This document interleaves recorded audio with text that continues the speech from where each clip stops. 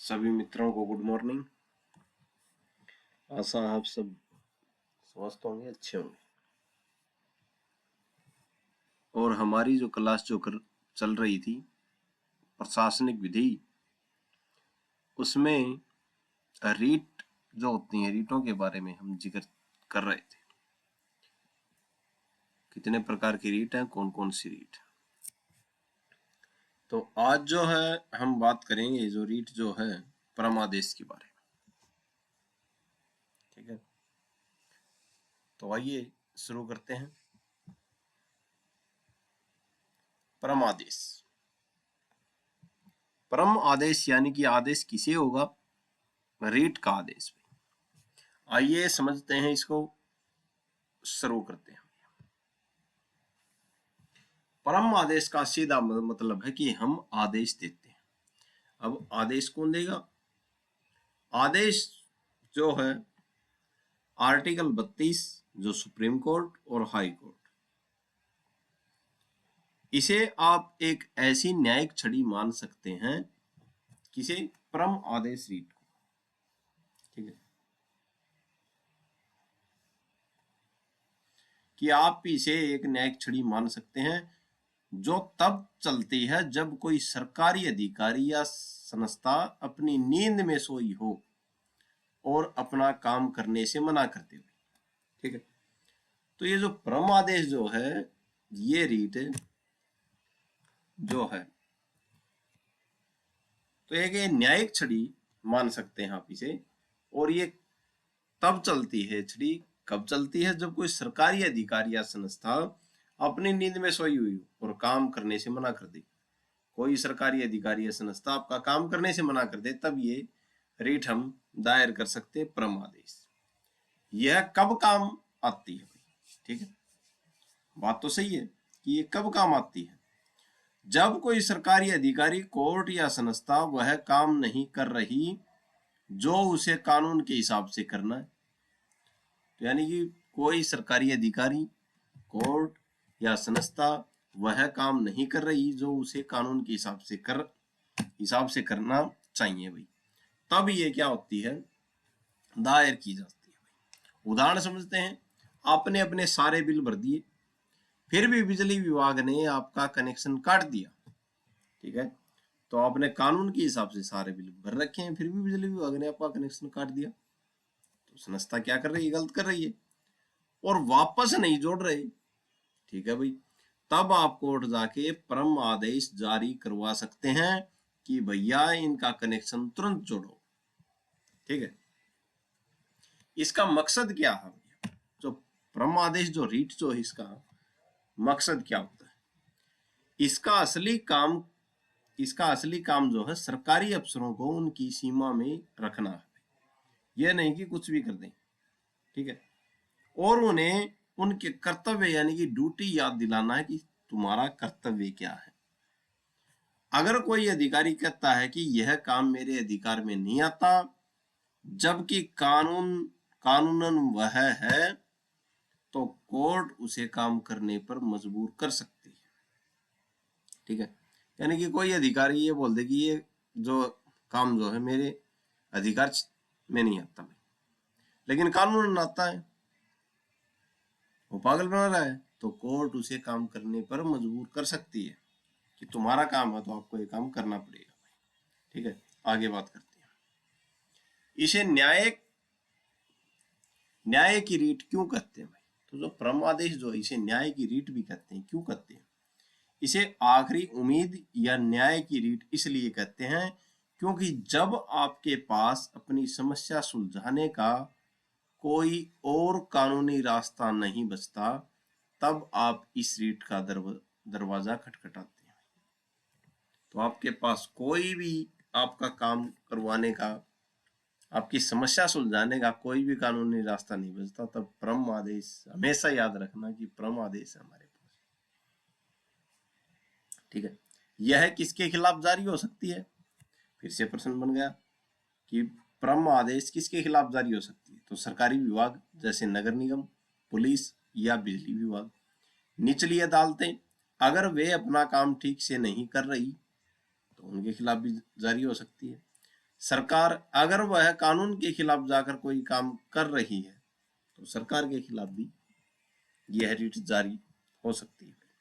ठीक है, एक उदाहरण देखते हैं। मान लीजिए आपने अपनी दुकान का लाइसेंस रिन्यू यानी कि लाइसेंस रिन्यू कराने के लिए सारे कागज और फीस जमा कर दी। ठीक है भाई, आपका दुकान का लाइसेंस है, अब उसे रिन्यू कराने के लिए सारे कागज और फीस जमा कर दी आपने। अब सरकारी बाबू बिना किसी कारण के उसे अटकाए बैठा है भाई। तो जो सरकारी जो बाबू जो है, जो कलरक जो है, वो बिना कारण के उसे अटकाए बैठा है और काम नहीं कर रहा अभी, लेकिन आपने फीस और कागज सभी जमा कर दिए। ऐसी स्थिति में आप कोर्ट जा सकते हैं। कोर्ट उस बाबू या विभाग को परम आदेश जारी करेगा कि आपका कानूनी कर्तव्य है कि आप इस लाइसेंस पर फैसला लें, इसे बिना वजह न रोकें। ठीक है, तो ये है परम आदेश की शक्ति। खास बात किसके खिलाफ नहीं मिलेगी, यह किसी प्राइवेट आदमी के खिलाफ नहीं मिल सकती। जैसे आपके पड़ोसी के खिलाफ, ये नहीं कि आपके पड़ोसी के खिलाफ जाके लगा दो आप, तो ये किसी प्राइवेट व्यक्ति के खिलाफ नहीं मिलेगी भाई। ठीक है, यह भारत के राष्ट्रपति या राज्यपाल के खिलाफ जारी नहीं की जा सकती। ठीक है, ये दो अपवाद है इसमें।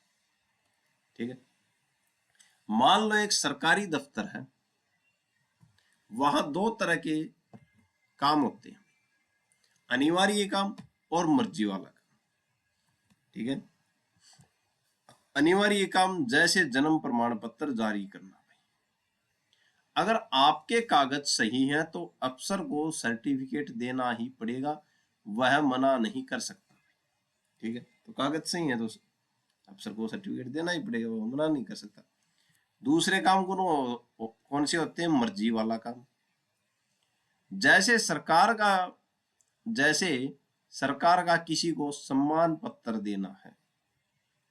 ठीक है, अब यह सरकार की मर्जी है कि वह किसे दे और किसे न दे। आप जबरदस्ती नहीं कर सकते कि मुझे सम्मान पत्र दो ही दो।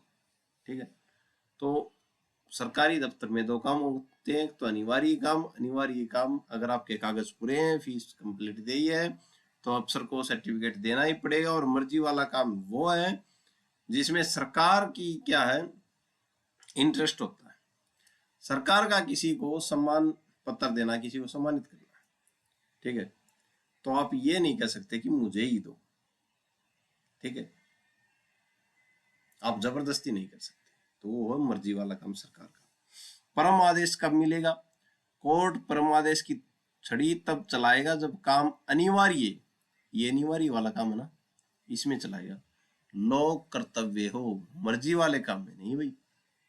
ठीक है, तीन बड़ी बातें ये हैं भैया। काम फर्ज होना चाहिए। ठीक है, वह काम कानून या संविधान द्वारा उस अफसर पर थोपा गया हो कि यही अफसर इस काम को करेगा, यानी उसे वह काम करना ही है। ठीक है, एक तो ये होना चाहिए भाई कि काम क्या होना चाहिए, फर्ज, उस अफसर का फर्ज है ये काम करने का। ठीक है भाई, संविधान ने और कानून ने बोल रखा थी, उसके ऊपर थोप रखा कि यही करेगा ये काम। दूसरा है मर्जी विवेक पर रोक भाई। अगर किसी अफसर के पास मर्जी है कि वह काम करे या न करे, जैसे एक केस था मंजुला मंजीरी केस में, किताब चुनना अफसर की मर्जी थी भाई, तो कोर्ट आदेश नहीं देगा। कोर्ट कहेगा भाई ये उसकी पसंद है, हम दखल नहीं दे सकते। ठीक है, अगर मर्जी वाला काम है, खुद के विवेक के ऊपर है, तो कोर्ट दखल नहीं दे सकता। मंजुला मंजरी केस में ये बात कही गई थी, मंजरी केस में ये बात कही गई थी। अब क्या है, हक यानी कि राइट होना जरूरी है, आपके पास उस काम को करवाने का कानूनी अधिकार होना जरूरी है। ठीक है, तो तब ये क्या है, परम आदेश मिलेगा। आगे बात करते हैं।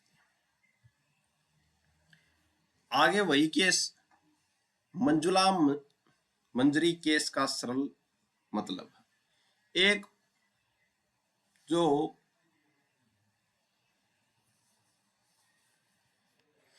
एक जो पुस्तक छापने वाला यानी कि पब्लिशर, प्रकाशक कोर्ट पहुंचा भाई। तो एक प्रकाशक जो था इस केस में, मंजुला मंजरी केस में एक प्रकाशक कोर्ट पहुंचा। क्यों पहुंचा कोर्ट?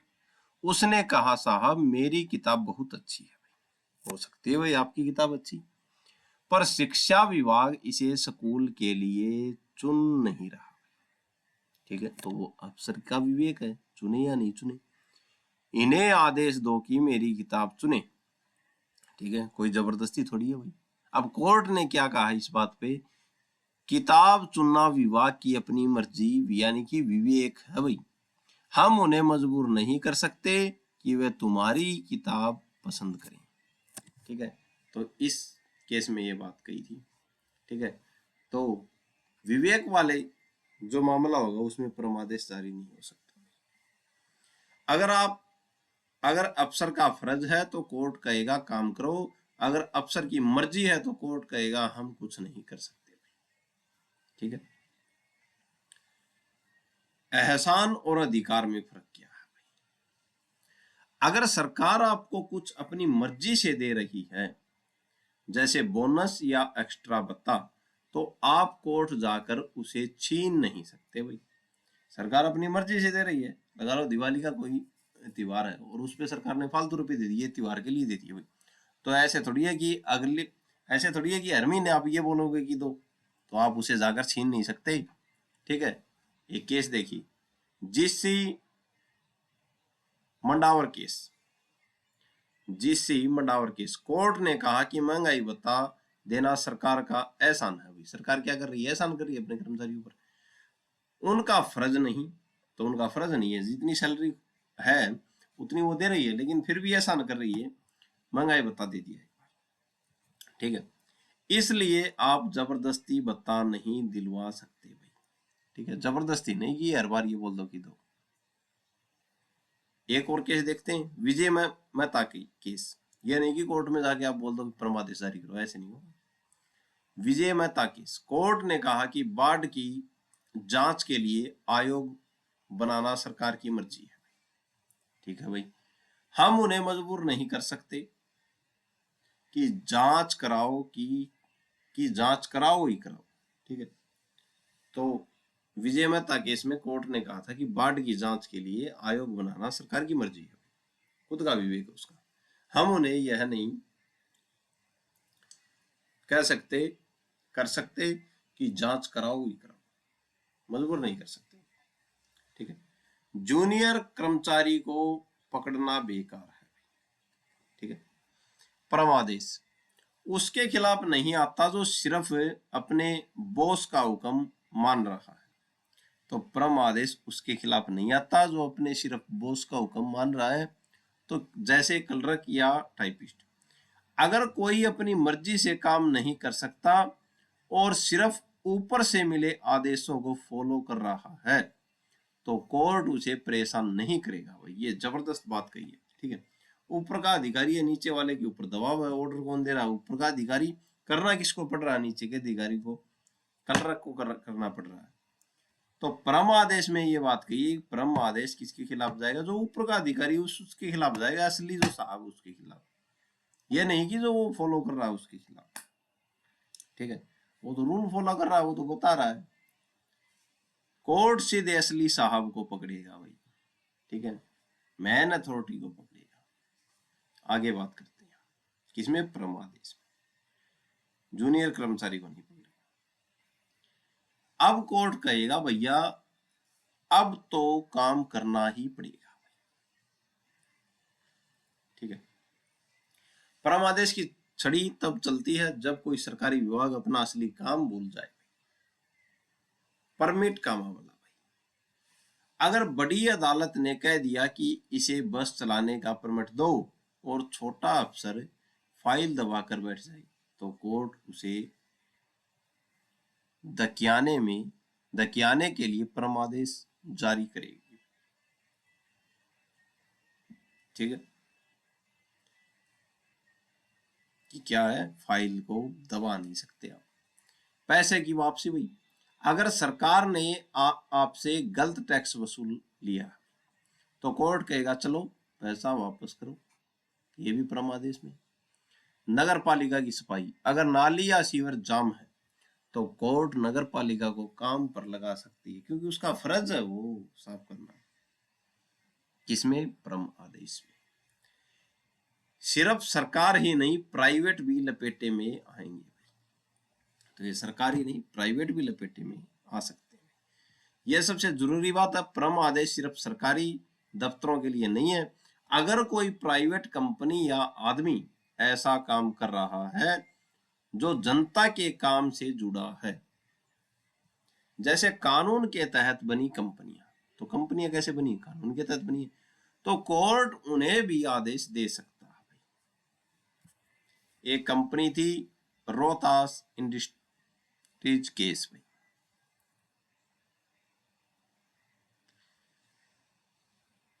तो यहां एक मध्यस्थ के फैसले के खिलाफ भी परमादेश जारी किया गया था, क्योंकि वह कानून के तहत काम नहीं कर रहा था। ठीक है, तो रोहतास कंपनी थी, तो इसमें ये क्या हुआ, ये केस रहा था चल, तो यहाँ पे एक मध्यस्थ यानी कि बीच में जो फैसला करने वाला होता है के फैसले के खिलाफ भी परमादेश जारी हो गया था, क्योंकि वह कानून के तहत काम नहीं कर रहा था और कंपनी कानून के अनुसार बनी हुई है। ठीक है, परमादेश तब काम करता है जब आपके पास कानूनी हक हो और सामने वाले की मजबूरी हो काम करना है। अगर मामला सिर्फ मर्जी का है तो कोर्ट चुप रहेगा।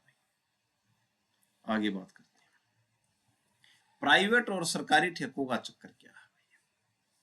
कानून कहता है कि परमादेश सरकारी काम के लिए है, घर के आपसी झगड़ों या प्राइवेट बिजनेस के लिए नहीं है। अब पुराना नियम क्या था? अगर आपने सरकार के साथ कोई बिजनेस का ठेका किया है और सरकार उसे तोड़ दे तो आप परमादेश नहीं मांग सकते थे, आपको साधारण दीवानी कोर्ट जाना होगा। ठीक है, तो सरकार से आपने कोई कॉन्ट्रैक्ट किया है, बिजनेस का ठेका लिया है, अगर सरकार उसे तोड़ दे तो आप परमादेश नहीं मांग सकते थे, आपको साधारण दीवानी कोर्ट जाना होगा। पुराना कानून। मद्रास राज्य वाला केस, यहां कोर्ट ने मना कर दिया क्योंकि मामला आपसी समझौते का था। ठीक है, अब नया नियम क्या बोलता है? ये तो था पुराना नियम, नया नियम क्या बोलता है? बदलाव। अब कोर्ट थोड़ा सख्त हो गया है। लोटस होटल वाले केस में गुजरात फाइनेंस कॉरपोरेशन ने पैसे देने का वादा करके हाथ खींच लिया। पहले तो पैसे देने का वादा कर दिया लोटस होटल वाले केस में, किसने? गुजरात फाइनेंस कॉरपोरेशन ने, और फिर बाद में क्या करिए, हाथ वापिस लिए, जबान से मुकर गया।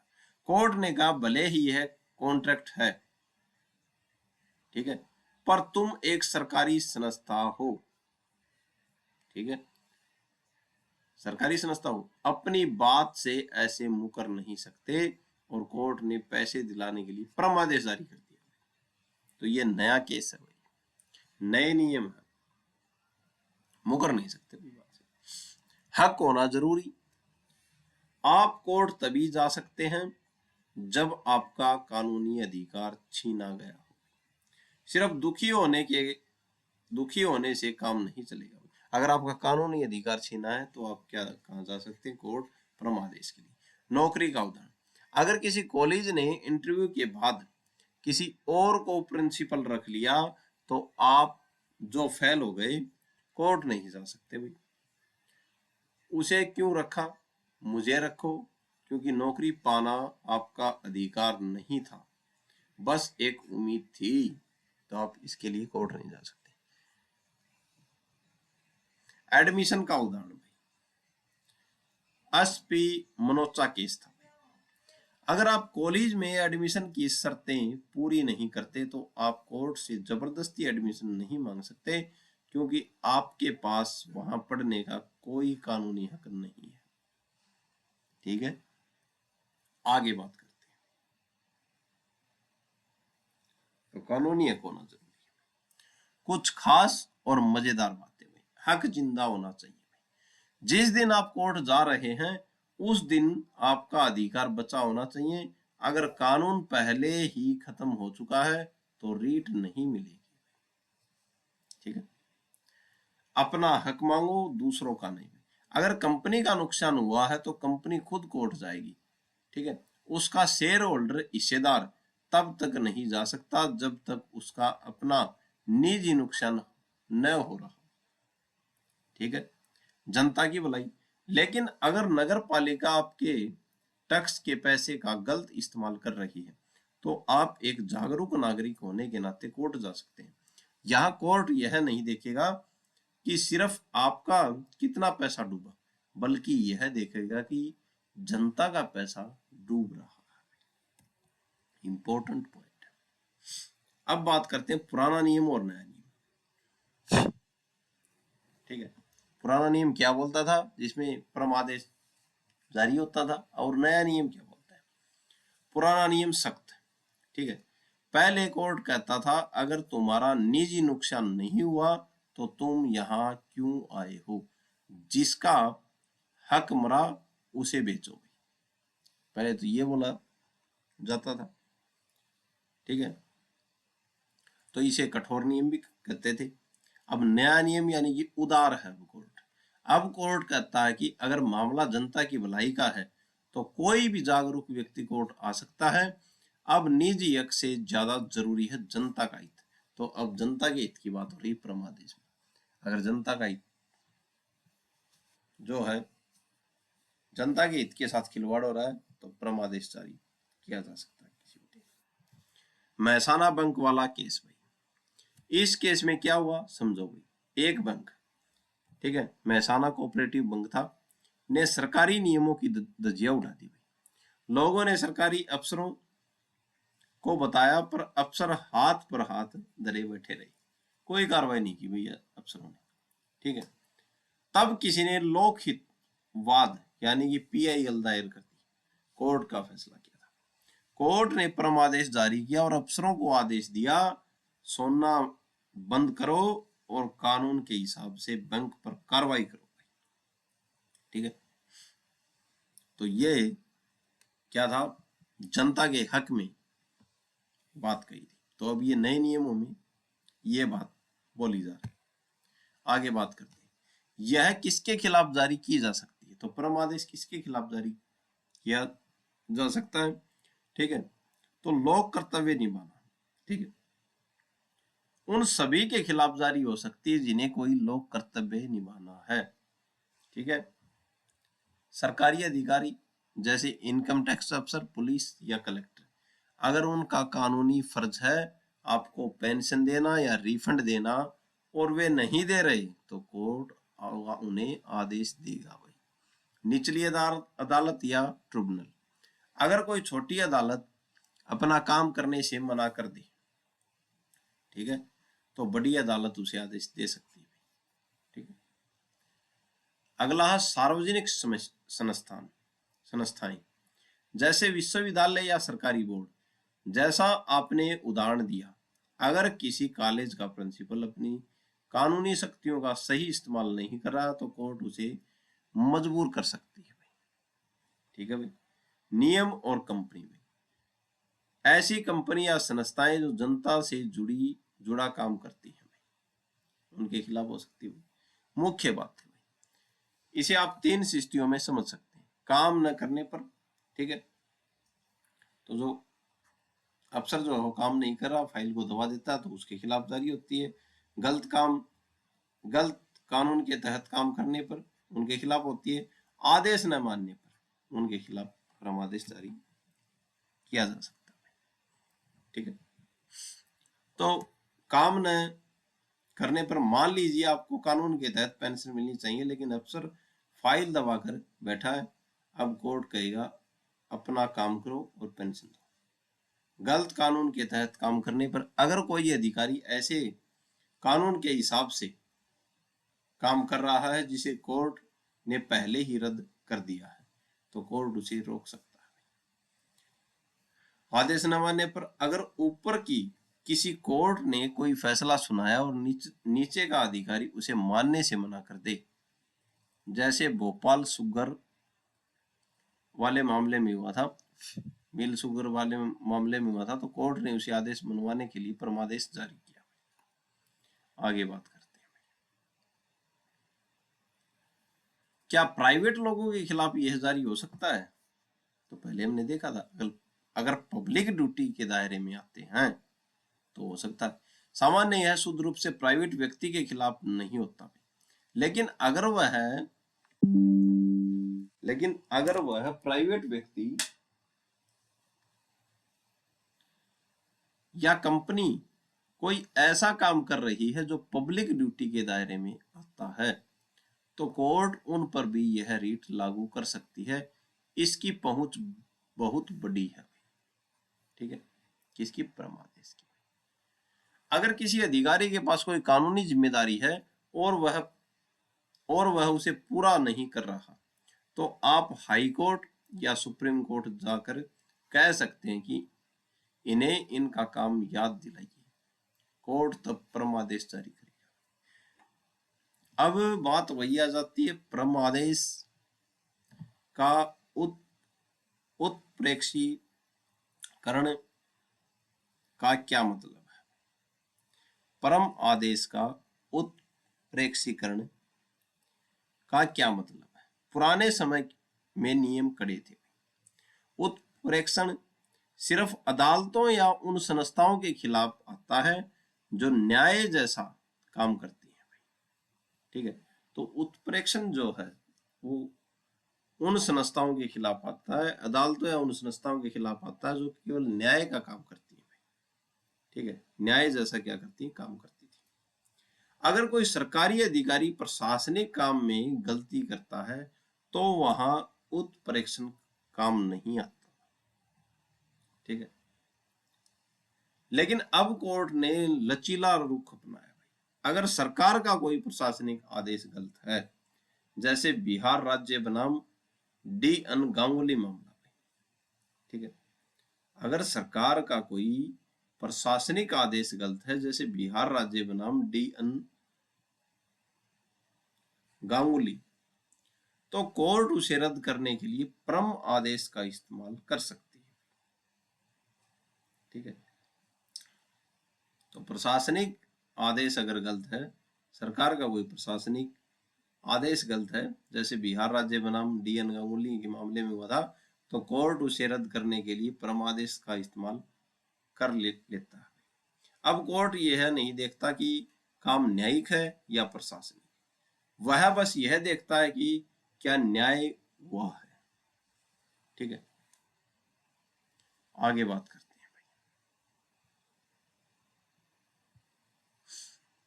किसके विरुद्ध परमादेश जारी नहीं हो सकता भाई, यह भी पॉइंट है भाई। एक तो निजी व्यक्ति, अगर आपका पड़ोसी आपसे झगड़ रहा है तो आप उसके खिलाफ परमादेश जारी नहीं ला सकते, यह सिर्फ लोक कर्तव्य के लिए है।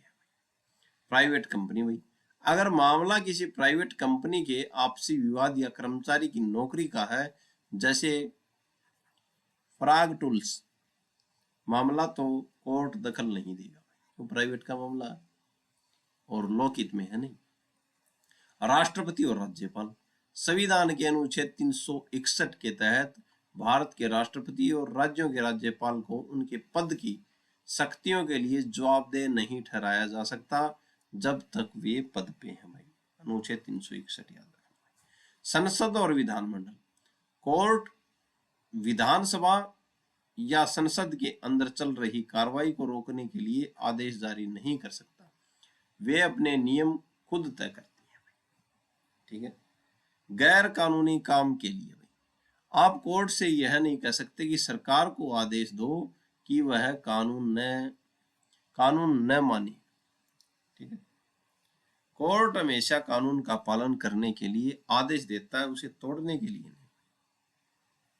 नुकसान के लिए, अगर सरकार की वजह से आपका अपमान हुआ या नुकसान हुआ तो आप परमादेश से हर्जाना पैसा नहीं मांग सकते, इसके लिए आपको अलग से सिविल केस करना होगा। सोहनलाल बनाम भारत संघ, इस केस से बात बिल्कुल साफ हो जाती है। तो सोहनलाल बनाम भारत केस था, इससे बिल्कुल साफ हो जाती है बात कि किसके विरुद्ध परमादेश नहीं होगा। अगर सरकार ने आपको अपनी जमीन से गलत तरीके से निकाला और जमीन अभी भी सरकार के पास है, तो कोर्ट परमादेश देगा कि जमीन वापस करो भाई। ठीक है, अगर सरकार ने आपको आपकी जमीन से गलत तरीके से निकाला, तरीका कैसा था, गलत लीगल तरीका नहीं था, ठीक है, तो कोर्ट कहेगा कि आप क्या करो, जमीन वापस करो। लेकिन अगर सरकार ने वह जमीन किसी तीसरे अनजान व्यक्ति को बेच दी, जिसे इस लफड़े के बारे में कुछ नहीं पता था, तो कोर्ट उस तीसरे आदमी के खिलाफ परमादेश जारी नहीं कर सकता, क्योंकि उसको तो पता ही नहीं था। पता किसको था? सरकार को। सरकार को ही पकड़ेगा कोर्ट। तो यहां तीसरे व्यक्ति के खिलाफ जारी नहीं होगा। आइए शुरू करते हैं आगे। आगे क्या है? कोर्ट का दरवाजा कौन खटखटा सकता है भाई? इसका सबसे बड़ा नियम है, जिसका कानूनी हक छीना गया हो वही कोर्ट जाए। ठीक है, निजी कानूनी अधिकार, आपके पास उस काम को करवाने का एक पक्का लीगल राइट होना चाहिए। अगर आपका हक नहीं बनता तो आप कोर्ट से आदेश नहीं मांग सकते भाई। एक बात तो ये हो गई।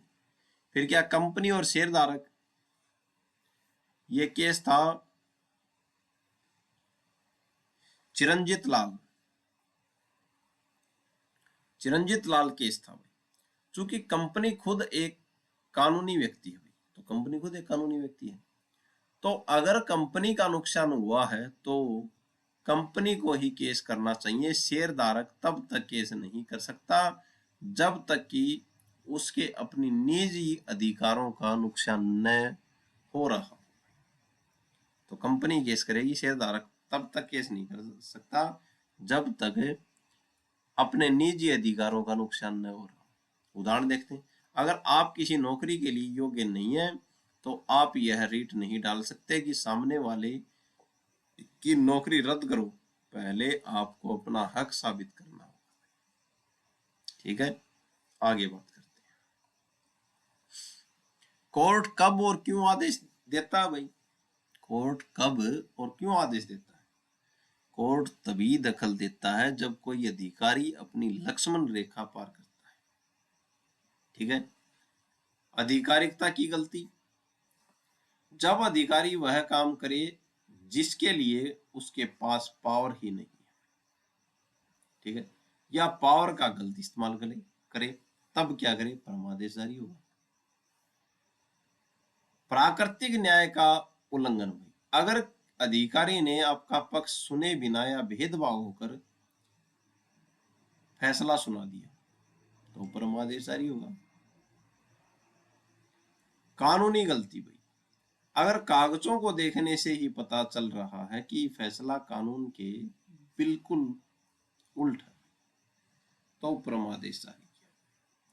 विवेकाधिकार का दुरुपयोग, अगर किसी अधिकारी को फैसला लेने की छूट मिली है लेकिन वह बदले की भावना या गलत इरादे से काम कर रहा है तो परमादेश जारी किया। आगे बात करते हैं। परमादेश दोहरी तलवार है भाई। ठीक, दोहरी तलवार कैसे? यह है रीट सकारात्मक भी है और नकारात्मक भी। सकारात्मक कैसे है ये रीट? जब कोर्ट कहे जाओ इस व्यक्ति की रुकी हुई पेंशन का भुगतान करो, तो ये तो होगा सकारात्मक। अब नकारात्मक कैसे? जब कोर्ट कहे रुक जाओ, आप इस गलत नियम के तहत टैक्स वसूल नहीं कर सकते, जैसे नागपुर निगम वाले मामले में होता है। ठीक है, तो नकारात्मक भी है और सकारात्मक। सकारात्मक में है कि जाओ क्या करो? व्यक्ति की रुकी हुई पेंशन का भुगतान करो। ठीक है, सकारात्मक होगी। नकारात्मक कैसे? कि रुक जाओ, आप इस गलत नियम के तहत टैक्स वसूल नहीं कर सकते, जैसे नागपुर निगम वाले मामले में बात। कोर्ट की भी अपनी एक सीमा है, ठीक है। रीट न्यायालय, अपील न्यायालय नहीं है, ठीक है। तो जो रीट जो न्यायालय जो है वो अपील न्यायालय नहीं है, ठीक है। इसका मतलब यह है कि कोर्ट यह नहीं देखता कि सरकारी अधिकारी का फैसला कितना समझदारी भरा है। कोर्ट ये नहीं देखेगा कि सरकारी अपील नहीं है, अपील में देखना होता है, और रीट न्यायालय में ये नहीं देखेगा कि सरकारी अधिकारी का कितना कि फैसला जो किया वो कितना समझदारी भरा है। कोर्ट बस यही देखेगा कि फैसला कानूनी था या नहीं, ठीक है। कोर्ट खुद ऑफिसर बनकर फैसला नहीं सुनाता, बल्कि ऑफिसर को कहता है कि कानून के दायरे में रहकर दोबारा सही फैसला लो भाई, ठीक है। तो न्यायालय, रीट न्यायालय अपील न्यायालय नहीं है, ठीक है। आगे बात करते हैं। अभी हम पढ़ा कि कोर्ट कब आदेश देता है, ठीक है। अब यह समझना जरूरी है कि कोर्ट कब आपकी अर्जी खारिज कर देता है। आपने अर्जी लगा दी परमादेश की, तो अभी तक तो हमने ये देखा था कि कब आदेश देता है, अब कब अर्जी खारिज भी कर सकता है। दोनों पॉइंट है, जबरदस्त पॉइंट है ये भी। कब खारिज कर सकता है ये भी तो पता होना चाहिए आपको। परम आदेश की नो एंट्री वाली शर्तें कह सकते हैं। देरी करना, अगर आपके साथ कुछ गलत हुआ है और आप कई सालों तक चुप बैठे रहे और फिर अचानक जागे, तो कोर्ट आपकी अर्जी ठुकरा सकता है। कोर्ट कहता है कि जो अपने अधिकारों को लेकर सोता रहता है, कानून उसकी मदद नहीं करता, ठीक है। तो अगर देरी हो गई है, आपके अधिकारों का उल्लंघन हो गया और आप कई सालों तक बैठे रहे, तो कोर्ट क्या है, आपकी अर्जी, आपकी मदद नहीं कर सकता।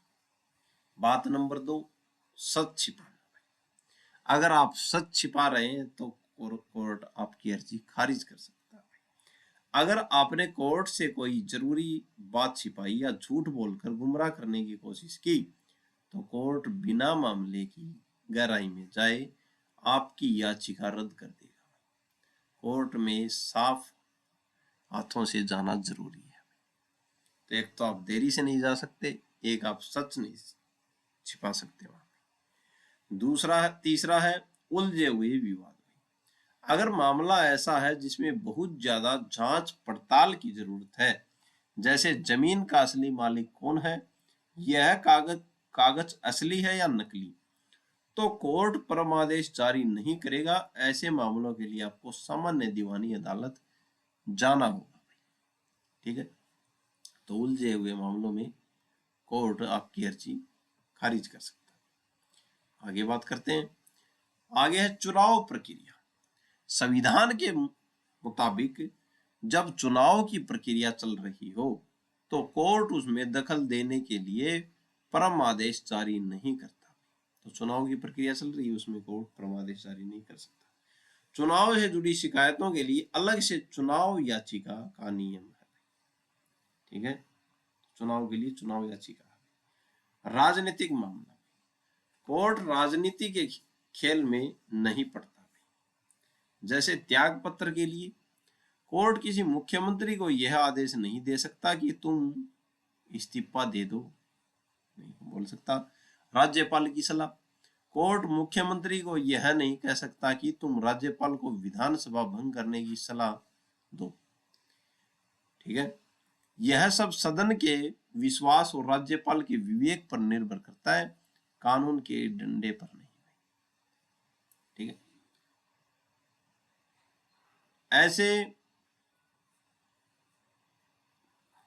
इसे ऐसे समझो, कुछ जगहों पर जज साहब भी हस्तक्षेप नहीं कर सकते। चुनाव का मामला, चुनाव के मामले में नहीं कर। संविधान के अनुच्छेद 327, 28 और 29 यह एक तरह की बाउंड्री खींच देते हैं भाई। नियम क्या है, जब चुनाव की प्रक्रिया जैसे वोटिंग, नामांकन और काउंटिंग, गिनती शुरू हो जाती है, तो कोई भी व्यक्ति कोर्ट जाकर यह नहीं कह सकता कि परम आदेश जारी करके इस चुनावी काम को रोक दो या ऐसे बदलो। ठीक है, तो चुनाव प्रक्रिया में कोर्ट नहीं कह सकता। अपवाद क्या है?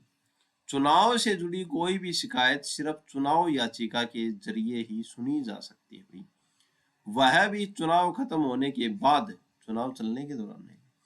बीच चुनाव में कोर्ट परमादेश का डंडा नहीं चलाएगा। ठीक है, आगे बात करते हैं राजनीति और मुख्यमंत्री। कोर्ट राजनीति के अखाड़े में रेफरी नहीं बनता। ठीक है, इस्तीफा देने के लिए मजबूर नहीं करना। कोर्ट किसी मुख्यमंत्री को यह आदेश नहीं दे सकता कि तुम इस्तीफा दे दो। यह फैसला राजनीति का है, कानून का नहीं है। राज्यपाल की सलाह देने का मामला, कोर्ट मुख्यमंत्री से यह नहीं कह सकता कि जाओ और राज्यपाल को सलाह दो कि विधानसभा भंग कर दी जाए।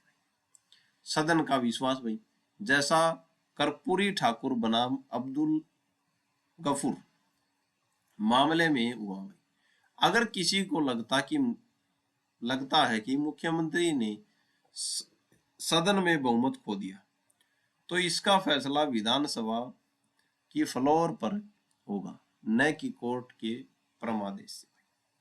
ठीक है, तो ये जो थी आज हमने बात की परमादेश के बारे में। जबरदस्त पॉइंट थे इसमें और आप सबको समझनी चाहिए। और आज के लिए इतना ही। आशा है आपको अच्छा लगा होगा। चैनल को ज़्यादा से ज़्यादा अपने साथियों तक शेयर करें। आज के लिए इतना ही। धन्यवाद।